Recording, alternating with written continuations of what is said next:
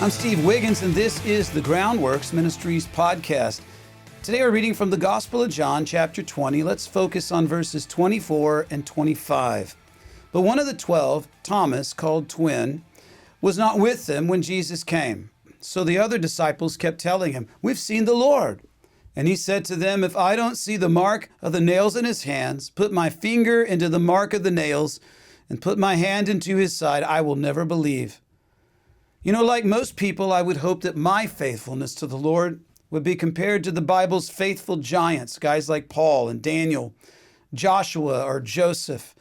But sadly, I feel more akin to guys like Thomas. More often than not, I have to see things to believe them.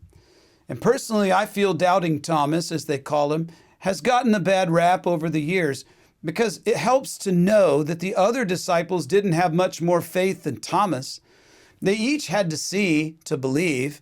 None of them took the woman's testimony of the empty tomb at face value, for instance.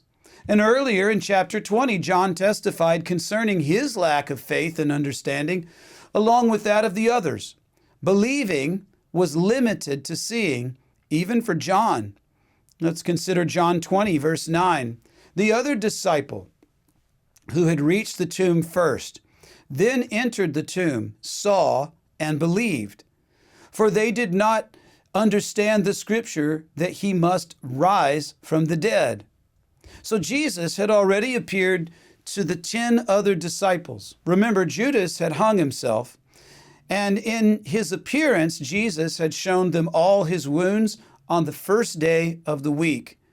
Thomas was simply the last to see and believe. Thomas didn't see Jesus until the 8th day. John 20, verses 19 and 20. In the evening of the first day, the disciples were gathered together with the doors locked because of their fear of the Jews. And then Jesus came and stood among them and said to them, "Shalom," peace. And having said this, he showed them his hands and side. So the disciples rejoiced when they saw the Lord.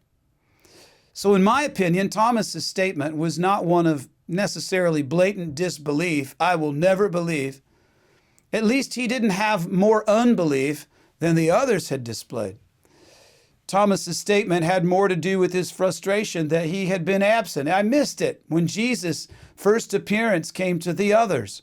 Thomas wanted the Lord to reveal himself precisely as he had done for the others. Thomas didn't want to miss out. Jesus granted Thomas's longing for that same personal interaction, and he will do the same for you. God knows that men and women will not believe in him simply because they experience this overwhelming volume of miraculous signs and wonders. I mean, the disciples saw all of them, and still yet at the very end, they're like, I got to see and touch it. And that's why not every single miracle that Jesus performed is recorded. It'd just be overkill. The impact of miracles fades over time so that doubt sets in, even with people who were there and saw it with their own eyes. And still God knows that some men will not believe in him unless they experience a sign. Perhaps the most convincing sign that unbelievers need to see is the miracle of your transformed life. I'm Steve Wiggins, and this is the Groundworks Ministries podcast. Groundworks Ministries operates entirely through financial donations from faithful people like you. And your giving to Groundworks Ministries transforms lives. Would you consider making a donation to Groundworks Ministries today? Because we need your monthly support now more than ever. Donating is secure and easy at our website, groundworksministries.com. Another way to help is to tell people about Groundworks Ministries. Share these podcasts with friends and family and on your social media. Of course, you can always direct folks to our website, groundworksministries.com.